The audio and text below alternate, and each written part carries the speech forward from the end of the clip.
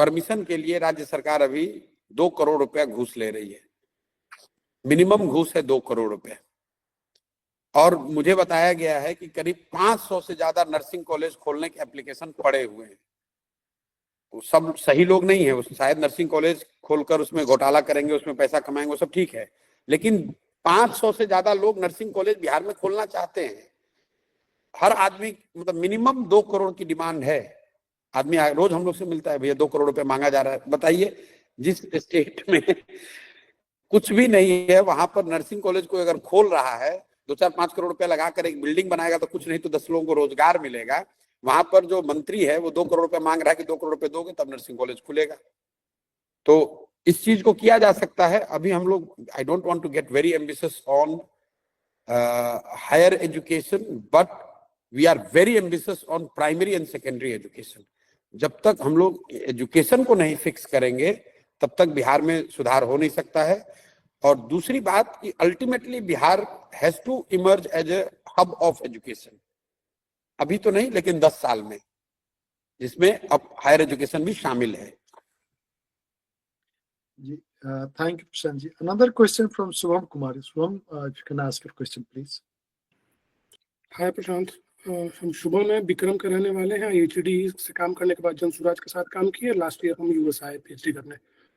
मेरा सवाल है, इस मुगलू का पेपर बहुत चर्चा में है आजकल डेवलपमेंट प्रोफेशनल्स के लिए, और रोहिणी पांडे भी ये बात बोलती हैं इनविजिबल इंफ्रास्ट्रक्चर बिल्ड करने का, जो कि इंस्टीट्यूशनल बिल्डिंग है। तो इसके लिए प्रोफेशनल्स हायर करने का अभी बात करते हैं, प्रोफेस करते हैं लेटरल एंट्री का।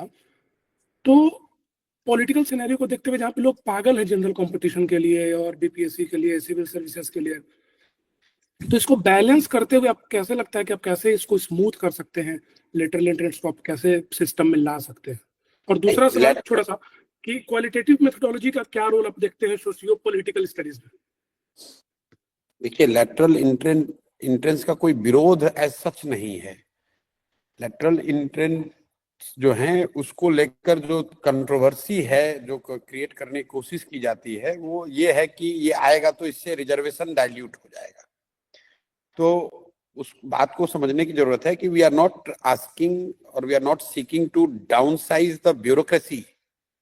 जो गवर्नेंस है वो तो मोर और लेस है ही, वो इनएफिशिएंट है, उसको एफिशिएंट बनाया जा सकता है, उसको प्रोडक्टिव बनाया जा सकता है, उसको लेस करप्ट बनाया जा सकता है।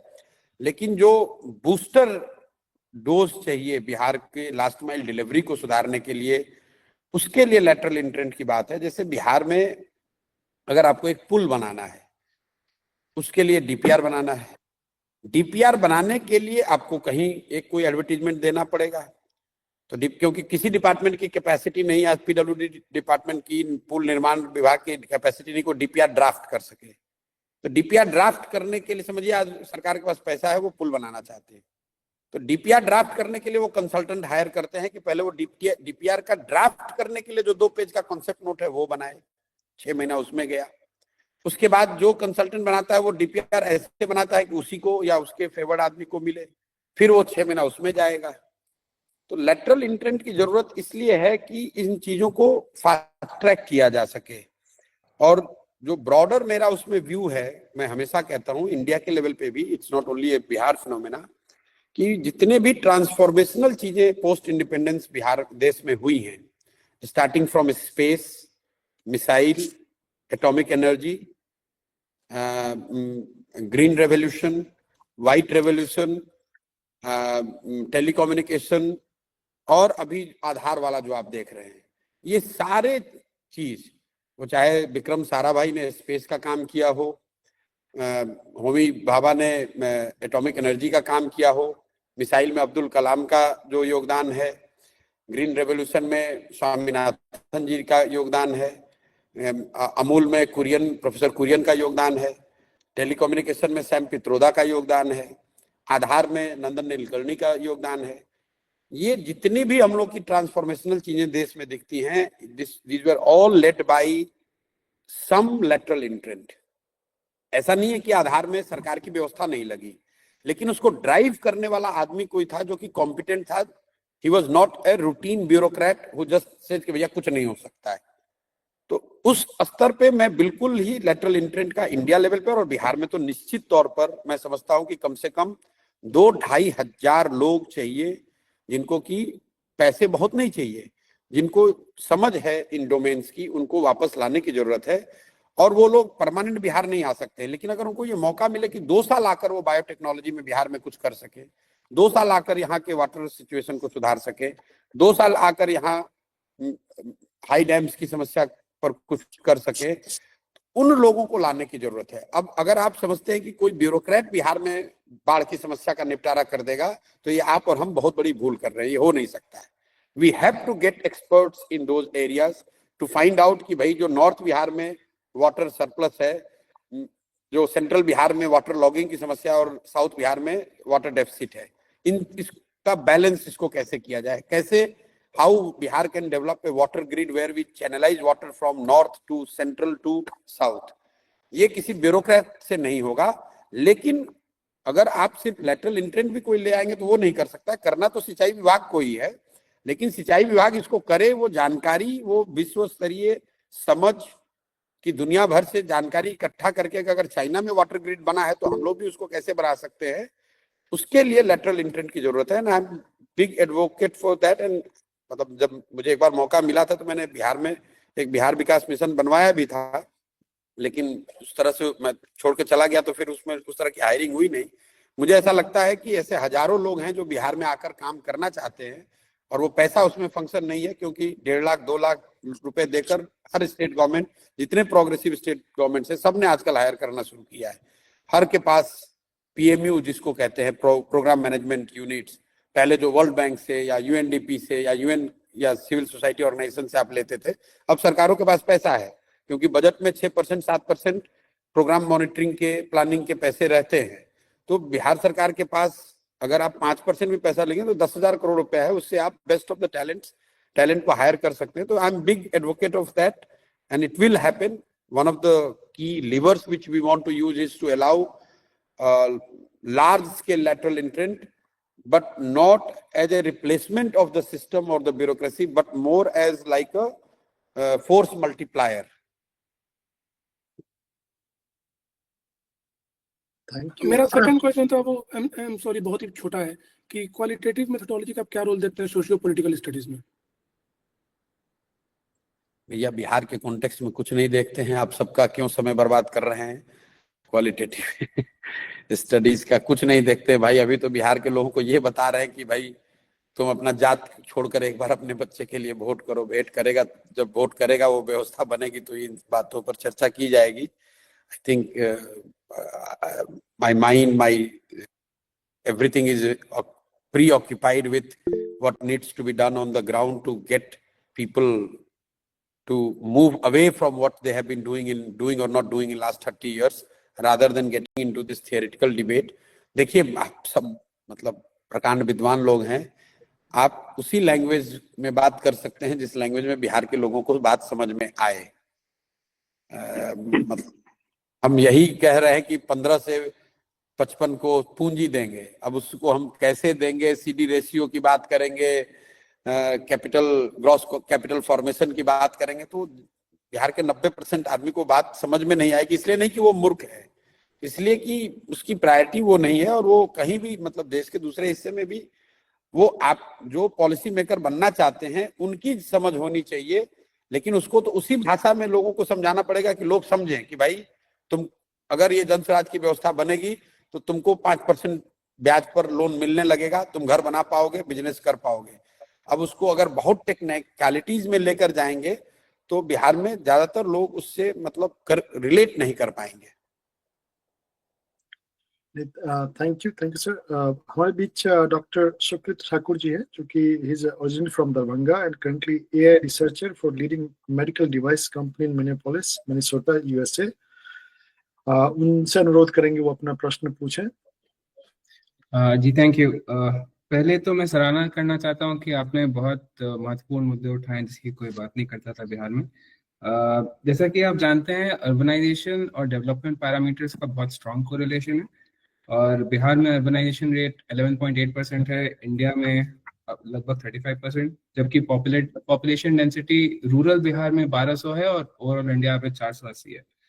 तो रिसर्च इंडिकेट करता है कि इन नंबर्स को आर्टिफिशियली लो रखा जा रहा है क्योंकि रूरल अर्बन क्लासिफिकेशन बहुत पॉलिटिसाइज्ड इशू है।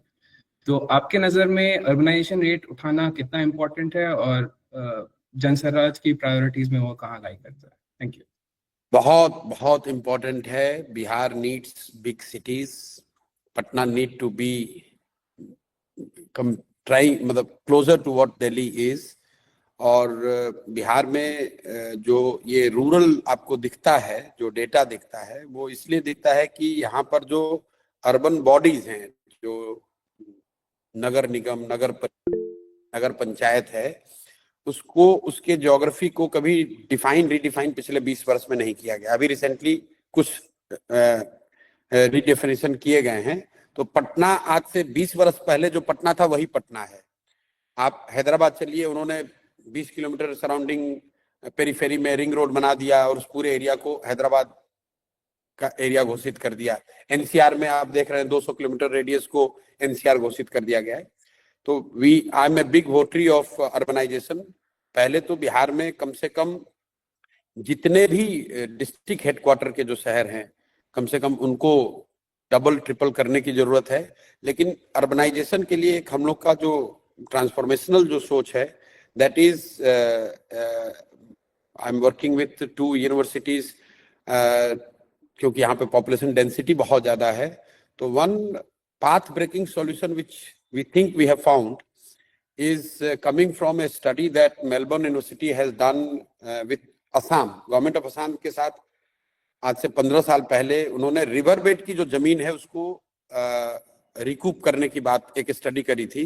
And what they found was staggering कि 9% only if the river bed को अगर आप डेवलप करते हैं और नदियों के फ्लो को आप अगर रेगुलेट कर दें, तो असम में 8% एक्स्ट्रा लैंड आपको मिल जाएगा, जो कि literally that comes at free.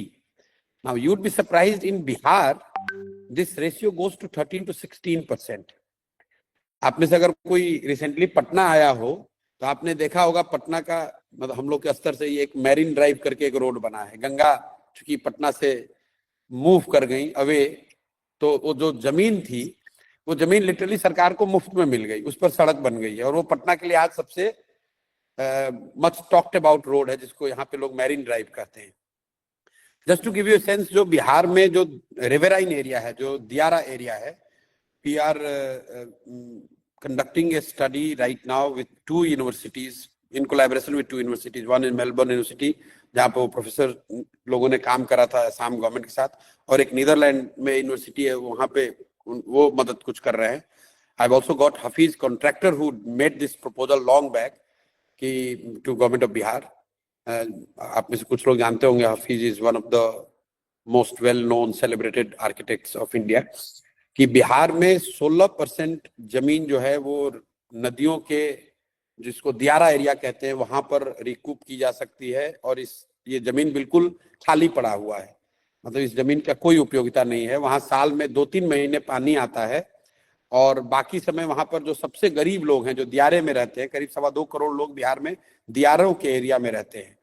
तो इसका एक आप इक्विवेलेंस पाएंगे, अगर जर्मनी आप में से कुछ लोग गए होंगे जरूर, तो जो राइन के अलोंग जो पूरा डेवलपमेंट है, पूरा इंडस्ट्रियल डेवलपमेंट है, पूरा लैंड टाउनशिप जो भी बना हुआ है, there is a possibility, it's bit ambitious, I don't talk much about it, लेकिन देयर इज अ पॉसिबिलिटी कि गंगा जहां से घुसती है बक्सर से लेकर भागलपुर तक, ये पूरा इसमें करीब करीब 16% जमीन, 13% जमीन तो सिर्फ इसी गंगा के अलोंग आपको एक्स्ट्रा जमीन है, जो कि अभी बिल्कुल बेकार पड़ा हुआ है, जहां पर बालू है और उसका कोई क्लेमेंट नहीं है। जो उसका ओनर है वो आपको औने पौने दाम में भी देने को तैयार है अगर आप कोई उसको एक्वायर करने जाए।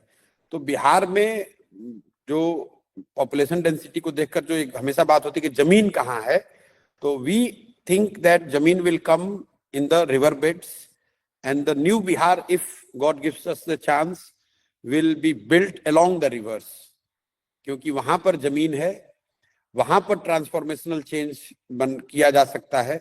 इस चीज को लोगों ने एक्सप्लॉइट नहीं किया है, ये सस्ती जमीन है, लोग देने को तैयार हैं, वहां पर इंडस्ट्रियल डेवलपमेंट कर सकते हैं। और नदियों की जो ताकत है, इंक्लूडिंग फॉर ट्रांसपोर्टेशन, वो चीज बहुत कई गुना बढ़ सकती है। But again this is something very ambitious. अभी आप मतलब बिहार में इसकी चर्चा करेंगे तो बहुत ज्यादा लोगों को समझ में नहीं आएगा। तो again to summarise it, Bihar में 20 शहरों को डेवलप करना, और खासकर पटना को at least we should aim to be around 2.5 में, 2-2.25 करोड़ लोगों के लिए पटना बनाना, और कम से कम 20% जो बिहार की जनता है उसको पटना और जो 5 बड़े शहर हैं वहां पर होना चाहिए। Another 40% people should live in the district cities, so that 40% people remain in the rural in 10 years time. That's what we think. और इसके अलावा जो पूरा इंडस्ट्रियल डेवलपमेंट है और जो नया शहर बसना है वो नदियों के किनारे बसाया जा सकता है। You cannot do much about what Patna is or Darbhanga is or Bhagalpur is as it stands today. लेकिन इन शहरों में जो नदियां ये हैं वहां पर जमीन है, और उस जमीन का सदुपयोग अगर किया जाए with the help of technology and the new knowledge which is available, I think we can see some transformational, visually transformational change in the landscape and the urbanization of Bihar. I'm मतलब ये मेरा बहुत पेट project है, और we are investing our own money, time. मैं 2 बार Australia गया, Netherlands गया, और मैं बहुत इस पर एम्बिशियस हूँ कि this could be the game changer for Bihar if we were to ever develop the riverine belt of Bihar that will give us close to 15% extra land literally for free of cost. And this is something which has not been explored or talked about in Bihar in last 70-80 years. Nobody has talked about it. Thank you so much. Now, like I will request Sailesh ji to बाकी questions वो उनके जरिए पूछा जाएगा, and he is like again a scholar, Iowa में रहते हैं और community से बहुत ही connected है। तो thank you Sailesh ji for joining. Thank you so much Alok ji, and thank you so much Prashant ji for giving us such a ground knowledge that we are only talking about high tech or biotech or nanotech, but we have something to do at our village school, and that is what we are inspired with you. So without further ado, I'm going to start next question, and next question is from engineer Neeraj Singh ji. He is founder of 2 companies in Florida, and he's proud son of Chhapra, Bihar. Neeraj ji, please unmute yourself and ask your question. Yeah, thank you. So recently I was reading the book India at 100 by the Chief Economic Advisor to PM, and as per him, by the time India turns 100, 2047, Indian economy will be 55 trillion. So it's a little bit of a question, but more of a comment that 55 trillion, in 75 years, we will add 3 trillion, and now in another 23 years, we will add 50 trillion. Let's say it's not 50, it's 25. Still, every year we will be adding 1 trillion. So now it's an opportunity for Bihar and people of Bihar that if India does achieve that, how much are we going to be able to participate in it and get a share of the pie? Or we can let rest of the states catch most of the pie, and Bihar will be providing the support by migrating the people. So not less of a question, more that we have an opportunity. Seems like it. Well, Thank you. We have an opportunity theoretically. We always had this opportunity. Just for all of you, maybe many of you would be knowing this. At post-independence, Bihar contribution to India's GDP was 6%. Today we are at 2%. So Bihar's contribution to the India's GDP today is 2%. That is where we are. So of course, this is literally a curse. मतलब बिहार में जो GST collection है per month, that is lower than Uttarakhand. We collect 3,500 crore as GST per month. Uttarakhand collects close to 4,000 crores as GST per month. तो मतलब हम लोग बहुत पीछे छूट गए हैं। मैं आपको मतलब डिप्रेस नहीं करना चाहता हूं, लेकिन आप सब लोग बिहार के ही हैं, मैं भी बिहार का हूं, यहीं पला बढ़ा हूं। लेकिन मैं आपको और यहाँ मतलब काम भी किया है मैंने। जब मैं यूएन में था तो भी 2 साल यहाँ पल्स पोलियो का प्रोग्राम चलाया है, तो गांव से जुड़ा रहा हूँ। उसके बाद यहाँ पॉलिटिक्स में भी थोड़ा दिन रहा हूँ। लेकिन मैं आपको एक चीज बताऊं, जितना आंकड़ों में गरीब बिहार दिखता है, जब आप जमीन पर जाते हैं, और 2 साल जो मैंने देखा है मतलब उससे कई गुना भयावह स्थिति है नीचे। आंकड़े वो कैप्चर नहीं करते हैं जो स्थिति नीचे गांव में है, जिस तरीके से लोग जी रहे हैं। मतलब इट्स माइंड ब्लोइंग। मतलब मेरे जैसा व्यक्ति, मैं कोई बहुत अपने आप को ये नहीं सुपर सेंसिटिव नहीं मानता हूं, और मुझे एहसास है कि ये गरीब स्टेट है, आप में से भी कई लोगों को है। लेकिन जब आप गांव में पैदल चलते हैं तो मुझे कोई 50 साल से ज्यादा उम्र की कोई महिला मिली नहीं है जो कमर से झुक ना गई हो। And anyone who understands a little bit of public health or medical science, you know that you tend to bend early if you are short on calcium and hemoglobin in your growing up years. तो बिहार में किसी गांव में आप 55 साल से ज्यादा उम्र की कोई महिला सीधी खड़ी अगर आप मुझे दिखा दो, that will be an exception. Bihar में एवरेज हाइट जो है 5 फीट 5 इंच से ज्यादा उम्र की हाइट की कोई महिला गांव में दिखती नहीं है। बच्चे, जब मैं 2 साल चला हूं पैदल, बच्चे बगल में गुजरते हैं, मैं पूछता हूँ भाई क्या नाम है तुम्हारा, तो मैं पूछता हूँ किस क्लास में पढ़ते हो। जब वो लड़का बताता है मैं 8वीं क्लास में पढ़ता हूँ, आई एम शॉक्ड, क्योंकि मेरा गेस होता है कि ये 3रे क्लास का बच्चा है। और ये अमेरिका और यूरोप से कंपैरिजन नहीं कर रहा हूं मैं, महाराष्ट्र में, आंध्रा में, पंजाब में जो हम लोग देखते हैं, मतलब पर कैपिटा एक्सपेंडिचर बिहार में 1400 रुपए है भाई। Per capita monthly expenditure is 1400। लेकिन जब ये बात तो हम लोग पढ़ते हैं, आंकड़े देखते हैं, 1 मिनट में आगे बढ़ जाते हैं, लेकिन जब आप उसको day in and day out गांव में देखते हैं कि लोग कैसे 1200 रुपए में जी रहे हैं, यू कांट इमेजिन। मैं आपको एक अपना एक्सपीरियंस बता रहा हूं। हम लोग जहाँ कैंप में रात में सोते हैं गांव में, अभी तो मैं 2 महीने से नहीं चल रहा हूं, लेकिन जहां पर सोते हैं तो वहां पे स्वाभाविक है रात में 200-300-400 लोग साथ में रहते हैं, तो खाना खिलाते हैं, तो कोई भी आदमी गांव का भी आके खा सकता है। ज्यादातर बच्चे आते हैं खाने के लिए, कुछ फैंसी नहीं है, खिचड़ी वगैरह ही खिलाते हैं, लेकिन खाते हैं। एक बार मुझे एक ऐसे बच्चा मिला, मैं देख रहा हूँ इतना खा रहा है जैसे खाने से वो आदमी, लड़का, तबीयत उसकी खराब हो जाए। मैंने ऐसे उससे पूछा, बेटा कितना खाते हो? तो बोला जितना दे दीजिएगा उतना खा लूंगा। बोला ऐसा क्यों? बोला कि आज तक ऐसा हुआ ही नहीं मेरी जिंदगी में कि मेरा खाना खत्म हो गया और तसला में अभी भात बाकी है। This is telling statement that has not left my mind. कोई लड़का ये कह रहा है कि मैंने अपनी जिंदगी में वो दिन देखा ही नहीं है कि मेरा पेट भर गया और तसले में अभी भात बाकी है। आप इमेजिन कीजिए लोग कैसे जी रहे हैं। एंड वी आर ऑल, इसके बावजूद अगर आप मदद करें न करें, आप जुड़े ना जुड़े, अगर प्रशांत किशोर कुछ नहीं कर रहे हैं तो उनसे बड़ा दोषी मैं हूं, क्यों मुझे तो भगवान ने शक्ति बुद्धि दी है। अगर मैं नहीं प्रयास करूंगा, आई विल फील, मतलब भले फेल हो जाए कोई दिक्कत नहीं है, भले ना लोग न समझें, लेकिन मेरा काम है, मेरी ड्यूटी है, मुझे प्रयास करना है। कभी तो तमिलनाडु में किसी ने प्रयास किया होगा, कभी अन्नादुरई कामराज आए होंगे, तभी तो तमिलनाडु सुधरा है। Till 1965 Bihar and Tamil Nadu was equal in terms of economic socio-developmental indicator. Till 1965 Tamil Nadu and Bihar were almost equal. Today Tamil Nadu is one of the top ranking states of India. Tamil Nadu का budget है 8 lakh crore and Bihar we are languishing at 2.46 lakh crore. We are to take the blame.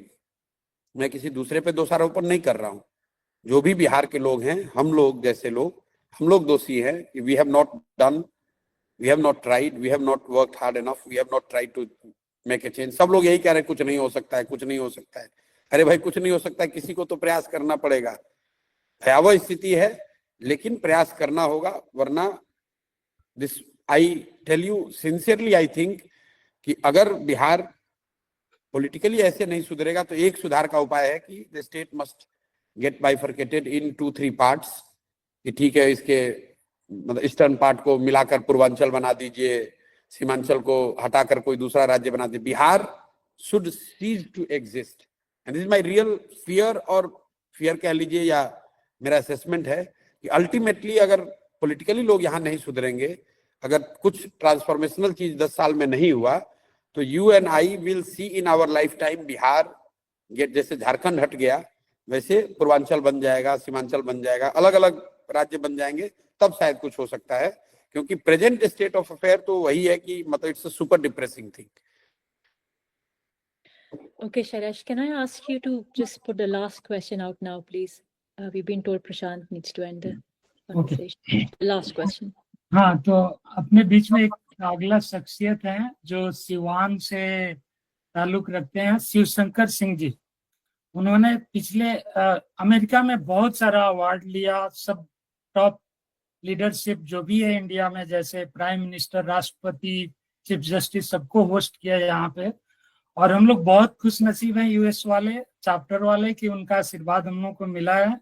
Bihar में 11 साल से वो काम कर रहे हैं और काफी पैसे बिहार में ग्राउंड लेवल पे भेज रहे हैं कि वहाँ की शिक्षा व्यवस्था सुदृढ़ हो।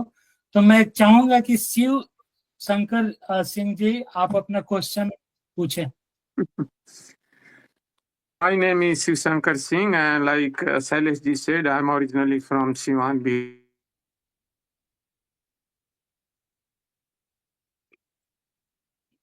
Sir, you're mute. Shiv Shankar ji, you're on mute. Sir, you're on mute. Okay. Thank you.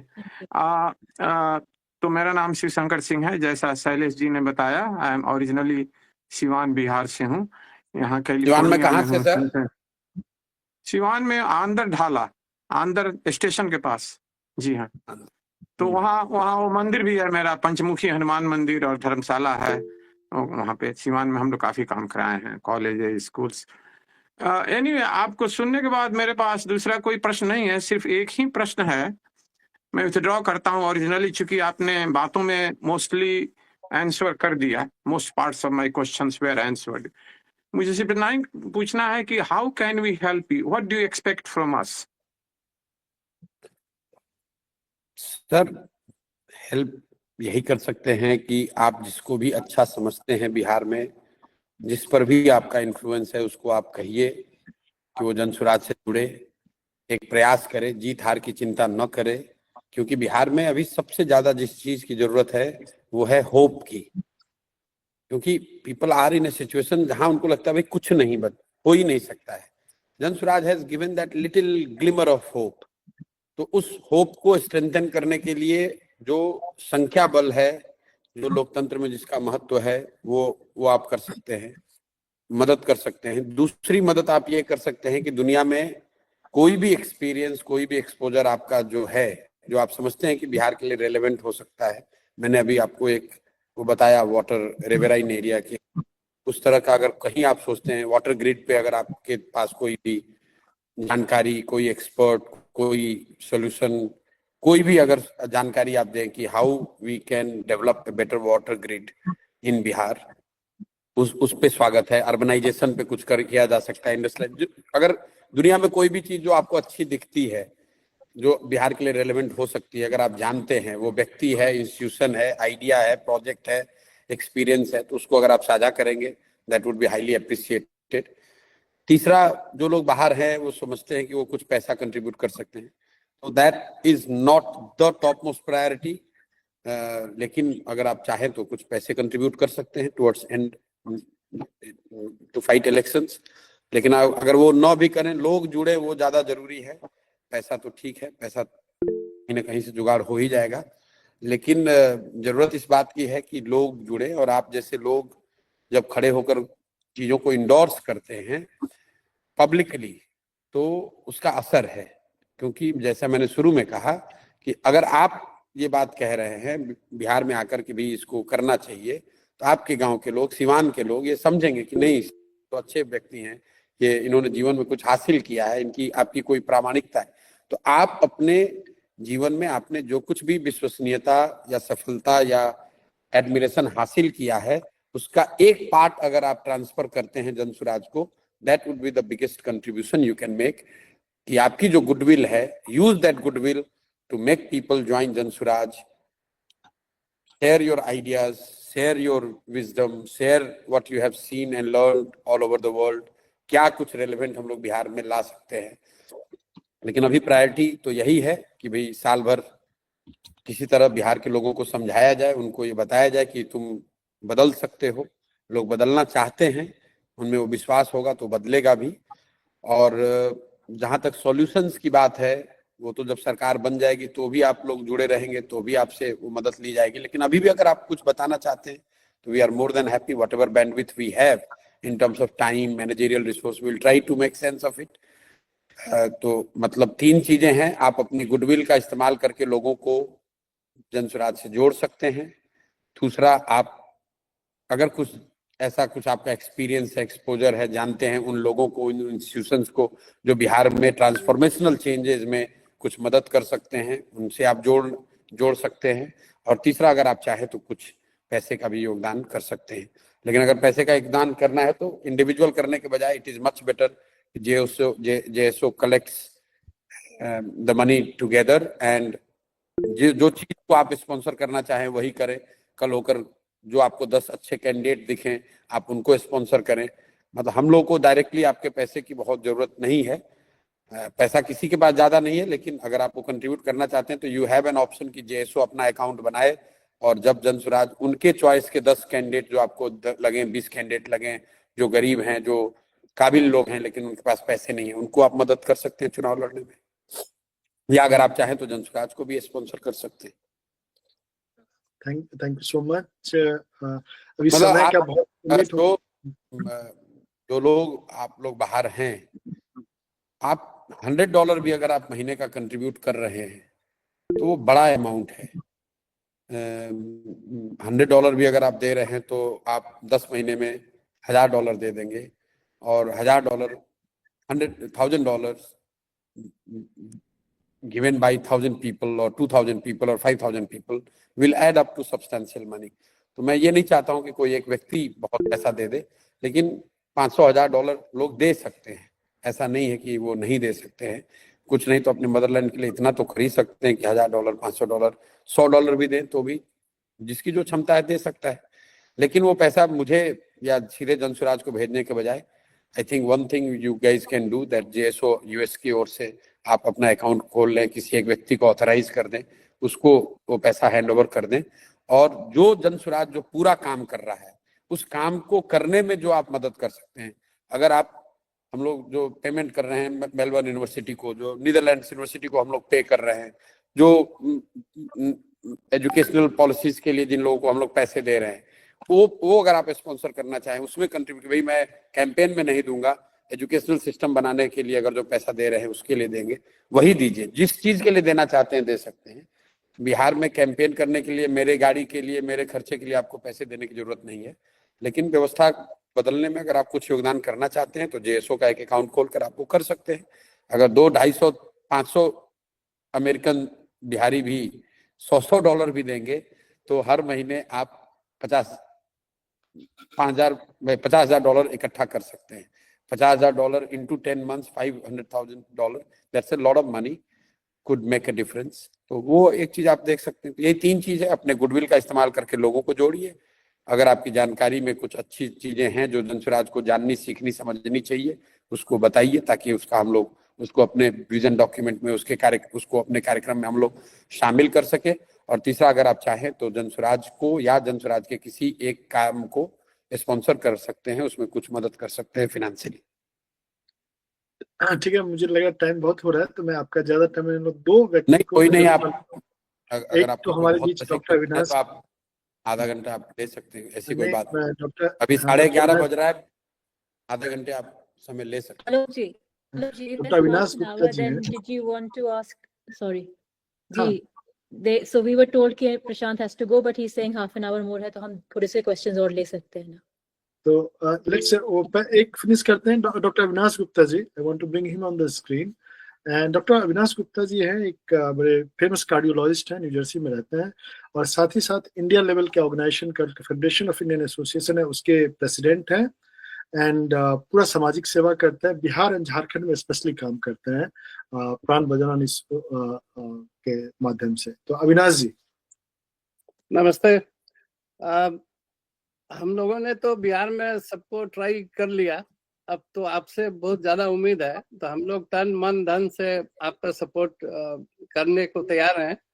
आप मेरा जो सवाल था कैसे हेल्प कर सकते हैं उसका जवाब आपने दे दिया, और इसमें हम लोग का भी स्वार्थ है क्योंकि हम लोग तेलुगु गुजराती ये लोग के साथ काम करते हैं, हम लोग को बहुत इन्फीरियरिटी कॉम्प्लेक्स होता है, क्योंकि बिहार का इमेज इतना खराब है, सब हम लोग को मजाक बनाता है, लालू राज, जंगल राज, यही सब बोलता है। तो इमेज तो तभी बनेगा जब वहाँ जमीन पर कंडीशन इम्प्रूव करेगा। तो वो तो आप ही से उम्मीद है कि हो सकता है। लेकिन आपसे एक सवाल और है कि आजकल देख रहे हैं कि लोग सीधे सबके खाता में पैसा भेज देते हैं, 2000 3000। मैया सम्मान योजना, तो लाडली बहन समाज योजना, तो ये तो पैसा दिया वोट लिया। तो उसको आप काउंटर करने के लिए क्या सोचते हैं कि आपको तो हम, खैर आप तो सबको इलेक्शन जिताते हैं, तो हम आपको तो एडवाइस नहीं कर सकते हैं कि आप कैसे खुद जीतिएगा, लेकिन आपके पास बदलाव लाने के लिए तो इलेक्शन जीतना पड़ेगा, पावर होना चाहिए। तो उसका क्या आपके पास है? तो सोशल इंजीनियरिंग या प्रॉमिसेस कुछ भी, या तो नहीं, यही देखिए, ये जो प्रोमिसेस की बात है, हम लोग खुद जब कैंपेन करते रहे हैं तो उसमें ये जो वुमेन कैश ट्रांसफर है, इसको सबसे पहले मैंने शुरू किया है। मतलब सबसे पहले बंगाल में मैंने इस योजना को शुरू किया, वहाँ महिलाओं को 1000 रुपये दिया जा रहा है। तमिलनाडु में 1000 रुपये दिया जा रहा है। बिहार में भी मैंने 2015 में यहाँ जो अनएम्प्लॉयड लड़के हैं उनके पलायन को रोकने के लिए 1000 रुपये देने की बात कही थी, ताकि लोगों को मजबूरी में जाकर बहुत डिस्ट्रेस्ड पोजीशन सिचुएशन में काम ना करना पड़े।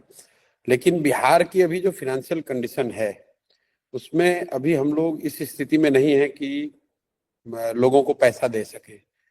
तो हम लोग जो अभी जो टॉप 5 प्रॉमिस कर रहे हैं लोगों को, उसमें मैं कैश ट्रांसफर की बात नहीं कर रहा हूँ। कैश ट्रांसफर मैं कर रहा हूँ 60 ईयर से अबव जो है, जो पेंशन 400 रुपये बिहार में मिलता है, उसको हम लोग 2000 करने की बात कर रहे हैं। उस पर एडिशनल खर्चा करीब हम लोग को 8000 करोड़ रुपए महीने साल का आएगा। But I am working on, हम लोग का एक इंटरेस्ट सबवेंशन मेरा बिग बुलेट है बिहार में। हम लोग ये कह रहे हैं कि आपको चीप क्रेडिट मिलेगा। तो अगर आप 1 लाख करोड़ रुपए का क्रेडिट चैनलाइज करना चाहते हैं, और imagine just for the sake of calculation कि 10% उस पर इंटरेस्ट लग रहा है, तो वी आर सेइंग कि we can subsidise it by 6%। तो 6000 करोड़ से 1 लाख करोड़ रुपया लोगों के हाथ में बिजनेस पे, जो मैंने आपको कहा कि लोगों को यहाँ पूंजी चाहिए। Bihar is a capital deficit state. Bihar में जो सीडी रेशियो है वो पिछले 32 साल में करीब 40% एवरेज रहा है। और उसको अगर और डीपली आप समझना चाहते हैं तो actual disbursal of money is 13%। मतलब जो बिहार की जनता जो पैसा जमा करती है बैंकों में, कंट्री का एवरेज है 74%। 100 रुपए जो बिहार देश के लोग बैंक में जमा करते हैं, तो 74 रुपया बैंक उसको लोन के फॉर्म में, क्रेडिट के फॉर्म में वापस करते हैं। चाहे वो घर बनाने के लिए हो, गाड़ी खरीदने के लिए हो, बिजनेस करने के लिए हो, खेती के लिए हो। बिहार में पिछले 32 साल का एवरेज है 40%, एक्चुअल डिसबर्सल इज 13%। मीनिंग जो पैसा यहाँ लोग लोन पे लेते हैं वो अपने बच्चों को पढ़ाने के लिए, बेंगलोर में, कोटा में या नोएडा में घर खरीदने के लिए, डिसबर्सल बिहार के बाहर है। तो one of the thing and what it has done is between 1990 to last financial year, RBI data shows that close to 26 lakh crore, just imagine, 26 lakh crore rupees have been transferred formally by banks in Bihar, from Bihar to other states. Just for you to get a context, states like Telangana, Andhra Pradesh, Gujarat, Karnataka, Kerala and Tamil Nadu all have CD ratio in excess of 90%. Meaning अगर 100 रुपये तमिलनाडु के लोगों ने बैंकों में जमा किया तो उनको 90 रुपये लोन मिला। लेकिन बिहार में अगर 100 रुपये लोगों ने जमा किया तो उसको सिर्फ 13 रुपये ही मिला। एक्चुअली 40 मिला, जिसमें 13 उसने बिहार में के काम के लिए लिया। तो one of the things which we are again looking at a major silver bullet is correcting this CD ratio. और for many of you who may or may not be aware कि ये CD रेशियो कैसे काम करता है, ऐसा नहीं है कि ये बैंकों की मनमर्जी है कि वो पैसा कहाँ से लें और कहाँ करें। This is a statutory committee under the chairmanship of the chief minister, और चीफ मिनिस्टर के साथ उस बैंकर्स की हर महीने बैठक होनी होती है, जिसमें उनको ये सुनिश्चित करना है कि बैंक में जो पैसा जमा हो रहा है उसका एक सर्टेन प्रोपोर्शन जरूर यहाँ के लोकल लोगों को लोन के तौर पर मिले। लेकिन जैसे बिहार में शिक्षक या सिपाही या डॉक्टर नीतीश कुमार की बात नहीं सुन रहा है, वैसे बैंकर भी बात नहीं सुन रहा है, और सरकार की प्राथमिकता में ये है भी नहीं। कभी आपने नहीं सुना होगा कि सीडी रेशियो पर बिहार में चर्चा हो रही है। मतलब पिछले साल 2,20,000 करोड़ रुपया बिहार के बैंकों ने ट्रांसफर किया है बिहार से। तो one of the thing which we are looking to get corrected rather quickly that can be done is by working closely with banks, using some pressure and some facilitation, correcting the CD ratio to 70, closer to bring it to 70%. If we are able to do that, just for you to get a sense, Bihar will start getting 2 lakh crore per year extra investment in Bihar beyond the budgetary means. तो अगर 2 लाख करोड़ रुपया बिहार के लोग को loan के तौर पर मिलेगा तो आप उतने ज्यादा घर बनते देखेंगे, उतनी ज्यादा गाड़ियां खरीदी जाएंगी, उतने ज्यादा छोटा मोटा व्यापार होता दिखेगा, उतना ज्यादा पैसा खेती में इन्वेस्ट होगा। उसका एक डोमिनो इफेक्ट कंजम्पशन पे पड़ सकता है। तो जो डेवलपमेंटल इकोनॉमिस्ट हैं जो हम लोग के साथ काम कर रहे हैं, some of them you might be knowing, Nilkanth Mishra is now the chief economist of Axis Bank. He is from Bihar. Another lady who is part of Prime Minister Economic Advisory Council, Prachi Misra, she is also daughter of Bihar, one of the leading doctors of Bihar. She is working with us.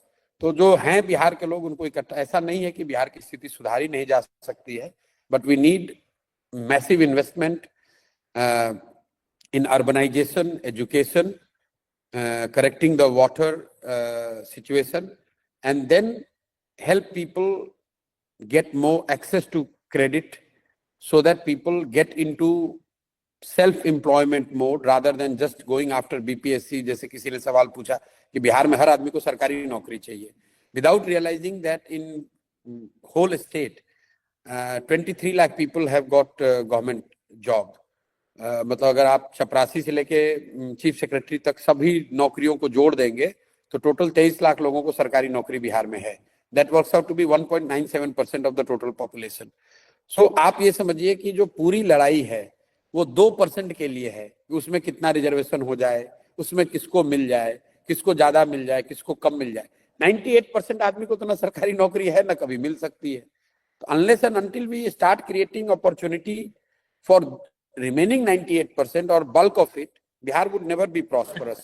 Maharashtra, Tamil Nadu, ये सब सरकारी नौकरी देकर नहीं prosperous हुए हैं. और I think all of you understand this. US में prosperity इसलिए नहीं है कि सारे लोग सरकारी नौकरी कर रहे हैं. US में prosperity इसलिए है कि लोगों को they have access to good education, they have access to credit, they have a supportive system that allows people to do what they could potentially do.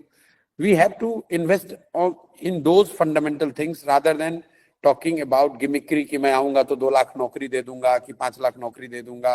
उसका कोई फायदा नहीं है. अगर 5 लाख लोगों को नौकरी मिल भी जाए तो उससे बिहार में कोई आमूलचूल परिवर्तन नहीं आने वाला है.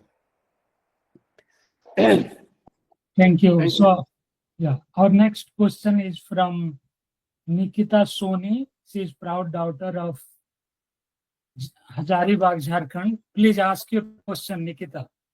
हेलो प्रशांत जी, एक बहुत छोटा सा सवाल है. So I have been in Ontario for a very small period and there is a very prominent behavioral aspect I've seen in people. So unlike southern Indian states such as Tamil Nadu or Andhra Pradesh, or for that sake Punjab, the Bihari diaspora out there, at least in Canada, हम इतने ज़्यादा strongly connected नहीं है और well organized भी नहीं है. At least in Canada I've seen that. I feel that there is a gap which is yet to be tapped in there. And so according to you, what is lacking in this community building, and how can we strengthen our culture and identity in here? Well, this is primarily the function of the guilt with which we all live, where we don't necessarily wear on our chest that we are from Bihar. To tell you the truth, most people try to avoid that discussion कि मैं बिहार का हूँ. किसी ने अभी कहा, मतलब I think Avinash जी ने, हाँ, कि वो तो शर्म आती है आपको हमको ये कहने में कि हम बिहार के हैं. तो obviously if you and I We are not proud of being called Bihari. Obviously, वो बिहारी brotherhood Actually, तभी I've दिखती है जब observed, sorry, I'm interrupting you. I've observed कि families, they're getting jailed with other communities, but they're not getting together with each other. I don't know why this is happening. it's because you want to get rid of this identity, which unfortunately Yeah. you or I cannot. But हाँ, our eternal wish is कि कोई हमें बिहारी न कहे. सच्चाई यही है कि आप और हम बिहारी नहीं कह. अगर आप जन स्वराज में एक जो नारा आप देखते होंगे, शायद आपने ध्यान नहीं दिया होगा, कि we have made it mandatory कि there will be no sloganeering in favor of Jan Swaraj, Prashant Kishore or any leader. We give only one slogan, Jai Bihar. Jai Bihar, Jai Jai Bihar. And this is something which every village, we make it mandatory कि भैया एक दूसरे को wish भी करो तो जय बिहार बोलो. क्योंकि ये इतना सप्रेस्ड स्टेट है. यहाँ पर आपकी हमारी मतलब हम लोग जब दिल्ली जाते हैं तो शर्म आती है कहने में. लोग कहते हैं मैं यूपी का हूँ. मुझे तो ये आश्चर्य है कि आप झारखंड की हैं, आप अपने आप को बिहारी कहलवाना चाहते हैं. I was born a Bihari. आप लोगों ने अलग कर दिया. नहीं मतलब वो ठीक है. मतलब लोग तो यही कहते हैं भाई मेरे माँ बाप बिहार के थे, मैं तो दिल्ली का हूँ. मतलब we have all witnessed to that situation and somewhere, as I said, we are all to be blamed. मतलब see, success has many fathers. Bihar is a failed state. Who wants to be called Bihari? Everyone wants to be called Gujarati. Obviously, you can't be called Gujarati, but if you are a Gujarati, you take pride in it, that I am a Gujarati. If you are a Tamilian, you take pride. You are a Telugu, you take pride. Punjabis, to some extent, yes, of late they have fallen down. But now you meet any Telugu, I'm sure you meet Telugu people, they take great pride because they are now the power engine of India, Indian growth story. So obviously we are laggards, so we feel guilt, we feel ashamed, we feel, I would say, defensive about it, if not guilt and ashamed. We feel guilty about it, we feel defensive about it, and hence the brotherhood thing is not picking up. मतलब दिल्ली में आप देख लीजिए जितने bureaucrat हैं, लोग कहते हैं बिहार से सारे लोग IAS IPS हैं. कोई ब्यूरोक्रेट जो बिहार का हो, जो कि बिहारी होने का बड़ा गौरव करता हो या मिलता प्राइवेटली करता होगा, दो चार बिहारियों के साथ मिलेगा तो करेगा. मतलब हम लोग जन स्वराज में एक जो जिनको हम लोगों ने अभी वर्किंग प्रेसिडेंट सबने मिलकर चुना है, हिजन IFS, तो वो बता रहे थे कि मेरे सर्किल में सबसे बड़ा यही है कि भैया आप बिहार के हैं, हमें तो कभी पता ही नहीं चला आपके एक्सेंट से कि आप बिहार के हैं. और इन्होंने कभी कहा भी नहीं होगा कि मैं बिहार का हूँ, क्योंकि वो IFS में थे. क्या जरूरत है ये कहने की कि हम बिहार के हैं.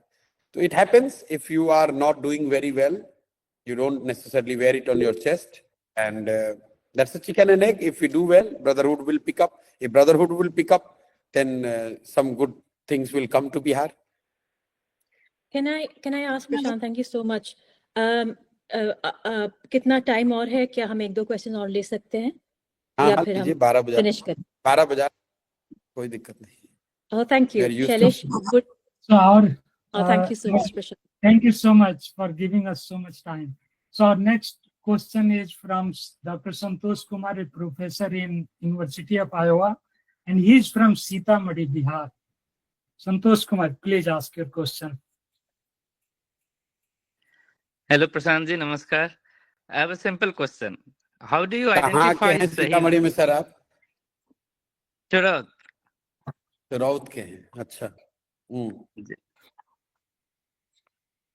तो आप जी, सही बताइए. लोग कैसे चुनते, कैसे पहचानते हैं सही लोग? मैं बड़ा स्ट्रगल करता हूँ हमेशा. नहीं, वी आर ऑल्सो स्ट्रगलिंग. देखिए, सही लोग का कोई ऐसा पैमाना तो है नहीं कि मेरे पास कोई यंत्र है, कोई थर्मामीटर है कि मैं लगाकर बताऊं कि कौन सही कौन गलत.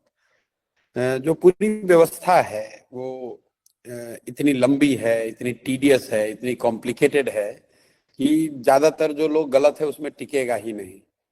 मतलब 2 साल से हम लोग पैदल ही चल रहे हैं. तो अगर आप क्विक फिक्स खोज रहे हैं, आप सोच रहे हैं कि बस पार्टी ज्वाइन करें, 2 करोड़ रुपया दें, टिकट लें, जीत कर MLA बन जाएं, तो अपने आप लोग जुड़ते हैं कि अच्छा प्रशांत किशोर से जुड़ेंगे, कल MLA बन जाएंगे. फिर लगता है ना भैया, तो वो प्रशांत किशोर नहीं है, ये तो ज्यादा फिलोसफी लॉजिक बात कर रहा है, ये तो बिहार में काम करेगा, तो छोड़ के अपने आप भागता है. तो गंदे पानी को आप साफ कैसे करते हैं? उसको आप ग्लास को स्थिर रख दीजिएगा तो गंदगी नीचे धीरे धीरे बैठ जाएगी. और दूसरा पैमाना आपको मैं बताऊं, समाज में इसकी समझ है लोगों को. आप किसी भी गांव में बैठ जाइए, आप चरौत में जाके बैठिए, चरौत में अगर आप पूछिएगा अच्छा ये बताओ इस गांव में कौन 5 गो अच्छा आदमी है, तो लोग बता देंगे। ये कहेंगे कि किसी काम के नहीं है, इनको वोट नहीं पड़ेगा, ये चुनाव नहीं जीत सकते, लेकिन आदमी अच्छे हैं। तो लोगों को समझ है, तो समाज एक तरीका है। लेकिन मैं एक चीज और आपको फाइनली बताना चाहता हूँ, क्योंकि ये बड़ा सवाल पूछा जाता है लोगों से, मेरे से। देखिए अभी आज की जो व्यवस्था है उसमें ऐसा नहीं कि उसमें सही लोग नहीं है, लेकिन उसमें इतने ज्यादा गलत लोग हैं कि जो सही आदमी है वो भी कहता है भैया क्या करें, व्यवस्था ऐसा है कि हमको भी इसी में घुल मिल के रहना पड़ता है। तो अगर सही आदमी उस गलत व्यवस्था का हिस्सा बन भी गया है तो वो सही काम नहीं कर पाता है। तो जो हम लोग कोशिश कर रहे हैं कि कम से कम इतने सही लोग जरूर इसमें आ जाएं कि कुछ गलत भी अगर जुड़े तो वो बहुत गलत न कर पाए। कोई व्यवस्था फुल प्रूफ नहीं है, मैं ये दावा नहीं कर सकता हूँ कि मतलब जो लोग भी जनसुराज में जुड़ा हुआ है वो बिल्कुल सही आदमी है, लेकिन ये जरूर आपको आश्वस्त कर सकता हूँ कि प्रयास ये है कि कोई नॉन क्रिमिनल बदमाश, कोई ठेकेदार, कोई बालू माफिया, शराब माफिया न बने, कोई उसको जिम्मेवारी की पोस्ट न मिले, कोई बड़ी जिम्मेवारी उसको न दी जाए अभी। लेकिन गलतियां होती रहती हैं। We are dealing in, you have to realise that we are dealing in numbers which are in millions. तो हर व्यक्ति को मतलब उसका दिल फाड़ कर देख लिया जाए कि उसके अंदर क्या है, ये तो संभव नहीं है। लेकिन एक सिस्टम है, 2 साल से कर रहे हैं, कोशिश है कि भाई जो ठीक ठाक लोग हैं वो जुड़े।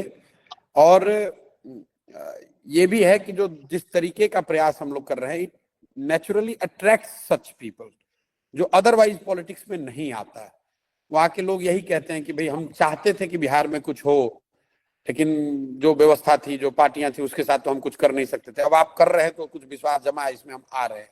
तो एक नेचुरल पुल भी है और एक प्रयास हम लोग भी करते हैं कि जाएं उस आदमी तक रीच करें जो कि सही समाज की नजर में है। लेकिन इन सब के बावजूद मैं आपको फिर से मतलब I do not want to be making that tall claim that nobody associated with Jansuraaj could be quote unquote seen as not सही आदमी। लेकिन प्रयास जरूर है कि जितने सही लोगों को जोड़ा जा सकता है उनको जोड़ा जाए। Thank you so much. I just asked because JP movement failed because of all these things. So I was No, just but curious you about have it. to Thank you. make this distinction. We always, I'm glad you mentioned this. Jansuraj is not a movement, is not an आंदोलन. I don't believe आंदोलन्स. मैं 2-2.5 साल से आपने कभी नहीं सुना होगा कि जनसुराज में मैंने कोई चक्का जाम किया है या किसी के खिलाफ धरना दिया है. If you read the human history, except for if you take French Revolution as an exception, no revolution has done good to the mankind. Revolutions are not meant to be meant to change the human lives. Revolution जो है, ये आंदोलन जो है वो तेज हथियार है जिससे आप बड़े से बड़े वृक्ष को काट सकते हैं, उससे आप लोगों को सत्ता से हटा सकते हैं. नए समाज का सृजन किसी आंदोलन से नहीं हो सकता है. न जेपी आंदोलन से हुआ, ना अन्ना आंदोलन से हुआ, ना उससे पहले जो देश में आंदोलन हुए उससे हुआ है, और पूरे दुनिया में कहीं नहीं हुआ है. वो चाहे सद्दाम हुसैन को आंदोलन करके हटा दिया गया हो, इजिप्ट में आंदोलन हो गया हो, जहां कहीं भी आंदोलन हुआ है, आंदोलन से आप लोगों को सत्ता से हटा सकते हैं, नई व्यवस्था नहीं बना सकते हैं. सृजन का एक अपना पेस है, वो स्लो ग्राइंडिंग प्रोसेस है.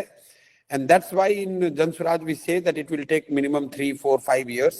इट्स नॉट समथिंग कि मैं गांधी मैदान में रैली करूं, सारे युवाओं को एक जगह ले आऊं, लोग जेल भरो, आंदोलन शुरू करूं. वो मैं काम करता नहीं हूं और मुझे नहीं लगता है कि उससे कोई फायदा है. अगर उस तरह के प्रयास से आप सत्ता से किसी को हटा भी दें तो जो व्यवस्था बनेगी उससे कोई समाज को बहुत लाभ नहीं मिलेगा.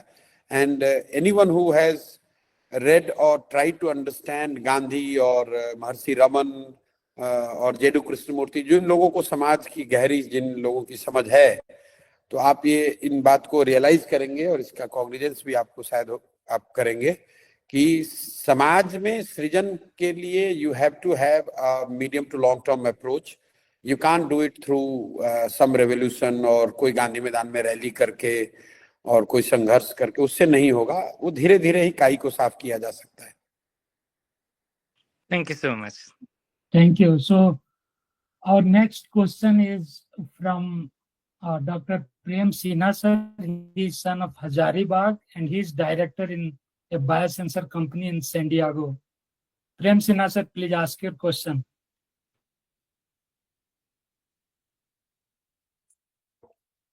Okay. So we can take other question from Ghulam Muhammad. He is an associate professor in Detroit and he is from Patna. Hello Prashant sir, thank you for your time. तो मेरा सबसे इररिलेवेंट क्वेश्चन है, may be irrelevant है क्योंकि किसी ने इसको address नहीं किया। तो मेरा है क्वेश्चन कि आजकल जो माइनॉरिटीज के लिए डिस्क्रिमिनेशन है इंडिया में, स्पेशली रिसेंट टाइम्स में देखा गया है कि वो हमारे टाइम पे नहीं था, but recently we have it. तो उसके लिए आपका कैसे आप इसको इंश्योर करेंगे? Also the safety and security of the minority specially. Also मतलब आपकी पार्टी इंटरफेथ डायलॉग को कैसे and maintain the community harmony in the Bihar state, कैसे आप इसको मेंटेन करेंगे? Maybe irrelevant, but I think it's good. I have to ask this It's question. not irrelevant, it's quite relevant, but you have to understand. आपने कहा कि मतलब अभी recently हो गया है, ऐसी बात नहीं है। जो fault lines religious socio religious domain में रहे हैं पहले, वो अब ज्यादा उजागर हो गए हैं in an environment that could be seen by some as supportive to those elements. ऐसा नहीं है कि उस हिंदू मुस्लिम के पहले इशू नहीं हुए हैं, ऐसा नहीं है कि उनके बीच में सामाजिक या रिलीजियस स्तर पे टेंशन नहीं हुआ, ऐसा नहीं है कि पहले दंगे नहीं हुए हैं। होता ये है कि जो ये फॉल्ट लाइन एग्जिस्ट करते हैं, जो कि आपके घरों में होते हैं, चार दीवारियों में होते हैं, as and when you have a supportive government or a supportive establishment, many of those feelings or those elements they get emboldened and they come and they become more expressive.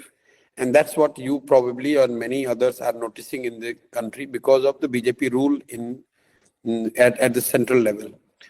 जहां तक आपने कहा हम लोग क्या कर रहे हैं, so we on our side we are trying to take everyone along.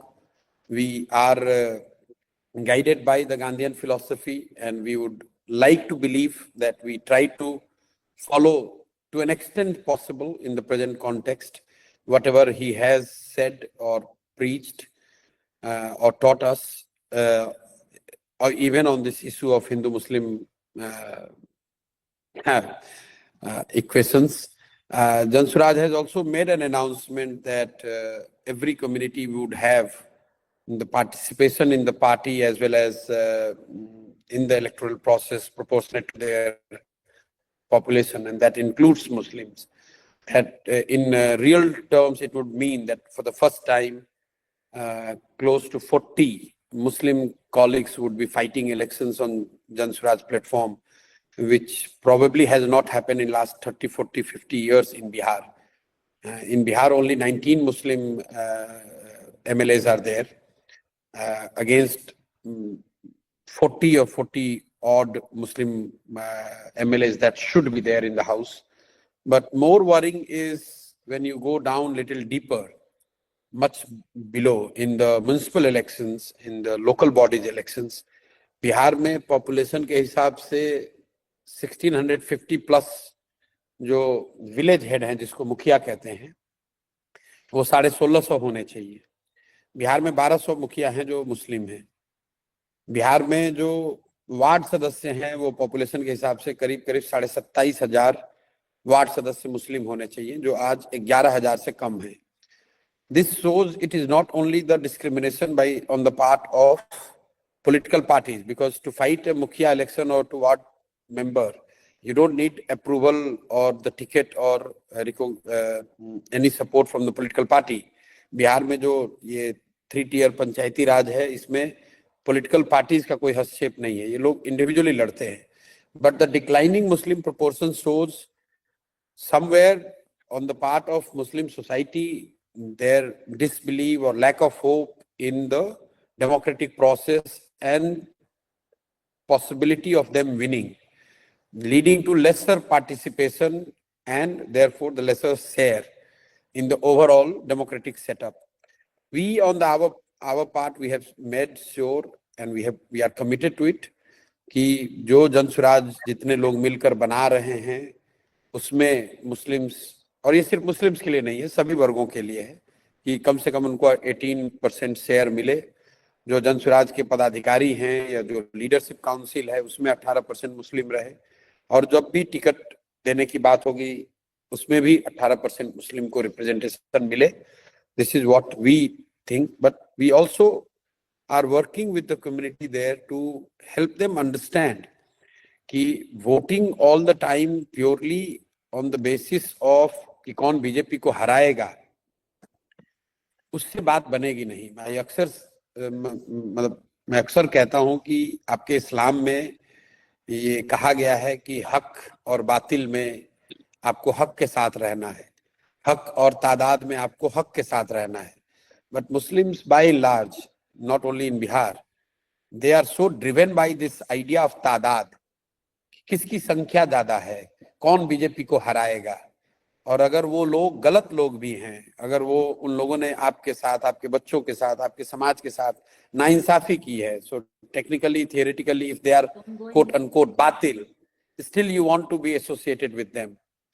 तो कहीं ना कहीं मुस्लिम समाज को भी अपना इंट्रोस्पेक्शन की जरूरत है कि unless you are also doing at least what Islam teaches you to do, forget about politics, कम से कम वो तो करो। आप हकुल्लाह की बात करते हैं, हकुल इबाद की भी तो कभी बात करो।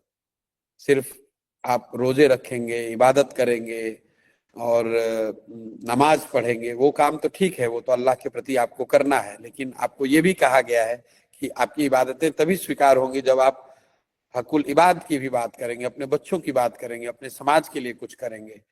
तो कहीं ना कहीं in the name of this fear कि भाई हम तो सिर्फ सुरक्षा के लिए वोट देते हैं, हमें तो हम बल्कि हमारे बच्चों को पढ़ाई ना मिले, रोजगार ना मिले, लेकिन मैं सुरक्षा के लिए वोट देता हूँ, ये इट्स ए फॉल्स प्रोफेसी। मतलब अगर आप सुरक्षा के नाम पर किसी क्रिमिनल को वोट देते हैं, बिहार के कॉन्टेक्स्ट में मुस्लिम राजद को वोट देता है, राजद के किसी क्रिमिनल को आपने वोट दे दिया, वही आदमी जब जीत कर आता है तो समाज का एक बड़ा वर्ग है जो उस क्रिमिनल से डरता है, उसका बीजेपी से कोई लेना देना नहीं है, मैं आपको लिख के दे देता हूं। लेकिन वो इसलिए बीजेपी को वोट देता है कि उसको मालूम है कि लालू जी की सरकार अगर आ जाएगी, लालू जी के क्रिमिनल जीत कर आएंगे तो मुझे ये लोग मारेंगे या मेरी रंगदारी होगी या अपहरण होगा, बदमाशी होगी। जैसे आपको भाजपा से डर लगता है और आप गलत आदमी को भी वोट देते हो, उसी तरह हिंदुओं का एक बड़ा वर्ग है जिसको लालू जी से डर लगता है और वो गलत आदमी को भी भाजपा में वोट देता है। तो it's a two-way traffic. Somewhere Muslim community also has to realize that you cannot, in the name of defeating BJP, you cannot vote for wrong people, because if you do that, then the other side also find a reason, right or wrong, कि भैया हम भी गलत को ही देंगे, कुछ भी हो, हमको किसी भी तरह से लालू को नहीं जीतने देना है। Okay, thank you. Can I ask for us to close this now, Alok ji? Yeah, absolutely. So thank you so much Prashant ji, आप टाइम निकाले, बहुत लेट हो गया। अभी हमको बहुत सारा मैसेज ऐसे आए आपके लिए कि सबसे तो पहला आप अपना तबीयत का ध्यान रखिए, क्योंकि आपका स्वस्थ रहना हम लोगों के लिए सबसे ज्यादा जरूरी है। एंड दूसरा कि लाइक जो बिहार के लिए जो आप कर रहे हैं उसके लिए सबकी तरफ से स्पेशल विशेष है। और लास्ट में पूरा प्रोग्राम क्लोज कर रहे हैं अभी। संजीव सिंह जो है वो बहुत एक बड़े ग्रुप ऑफ बिहार के लोगों को रिप्रेजेंट करते हैं। तो just I want to introduce on this screen. Sanjeev ji, आप अपना इंट्रोडक्शन 1 मिनट में करके और then it's a final thank you. Sanjeev ji. Thank you Alok ji, thank you Prashant ji. मैं यहाँ पे बिहार झारखंड एसोसिएशन है जो एक हम लोग का कम्युनिटी ऑर्गेनाइजेशन है यूएस में, which has been established in 1975. So you can assume how Bihari diaspora was progressing, and Bihar was developed more in 1970 and 1980, right? And हम लोग जितने लोग यहाँ पे मिले हैं और जब भी बात कर रहे हैं, जो कॉल पे हैं, हम लोग उसी सदर स्कूल के प्रोडक्ट हैं। जो हमारे फादर उसी सदर अस्पताल और जो गांव के स्कूल था वहां से पढ़े और फिर हम लोगों को उन्होंने जन्म दिया। और हम लोग आज यहाँ पे अमेरिका और बड़े बड़े अलग अलग कंट्रीज में बैठ के बड़े बड़े ऑर्गेनाइजेशन और प्रोफेसर हम लोग काम कर रहे हैं। मतलब कि बिहार पहले ज्यादा डेवलप था, ये तो सबको मानना पड़ेगा। और इस ऑर्गेनाइजेशन के माध्यम से हम लोग यहाँ पे, हम लोग नॉन प्रॉफिट है, we are not any political organisation as a disclaimer. हम लोग का काम है यहाँ पे कि how we organize entire Bihari and everyone from Jharkhand diaspora in United States to bring it into one fold. And मैं किसी को प्रोडक्ट में चैट में देख रहा था कि ब्रांड की बात कर रहे थे, राइट?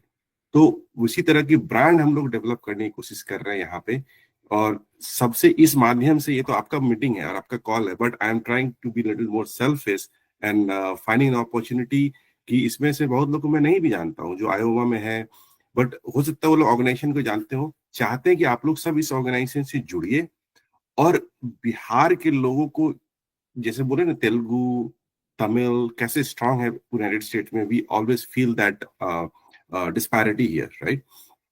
कि हम लोग यहाँ पे अपने आप को जितना स्ट्रांग बनाएंगे उतना एक दूसरे को यहाँ हेल्प कर सकते हैं। प्लस हम लोग प्रशांत किशोर जैसे जो भी बिहार के लिए अच्छा सोच रहे हैं उन लोगों को भी हम लोग हेल्प कर सकते हैं। तो it's very important for all of us to get very strong here in United States, and जो भी बिहार के लिए अच्छा करने की कोशिश कर रहे हैं, आज हम लोग प्रशांत जी से बात कर रहे हैं तो इतना बिहार के बारे में हम लोग सोच रहे हैं, तो हम लोगों का पूरा सपोर्ट रहेगा। As Prashant ji mention, no politicals here, और देखिए जो भी आपने तो खुद ही बोल रहे हैं कि जो भी बिहार के लिए अच्छा सोचता है उसको आप लोग सपोर्ट कीजिए।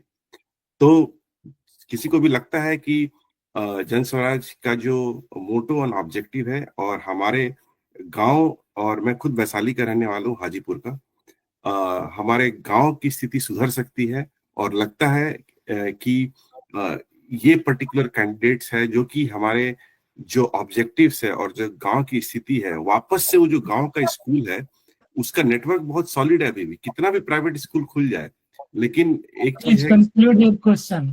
हाँ, no, conclude. I'm just, I think most of the questions are answered, but आपके दिल की I'm just Bhavna trying to, समझ रहे हैं, Salim right, ji. so I'm, जी, तो उसको ऐसे कंक्लूड करना चाहता हूँ कि प्रशांत जी की आपने सिर्फ प्राइमरी स्कूल्स के बारे में बात की, hopefully you are, since it's a long things to say in one call, right? So, but hopefully you are also talking about the primary healthcare and how we strengthen our healthcare network again, which is supported by government as well as the private, as well as how do we stop full urbanization of people. Everybody has a dream to have a one flat in Patna.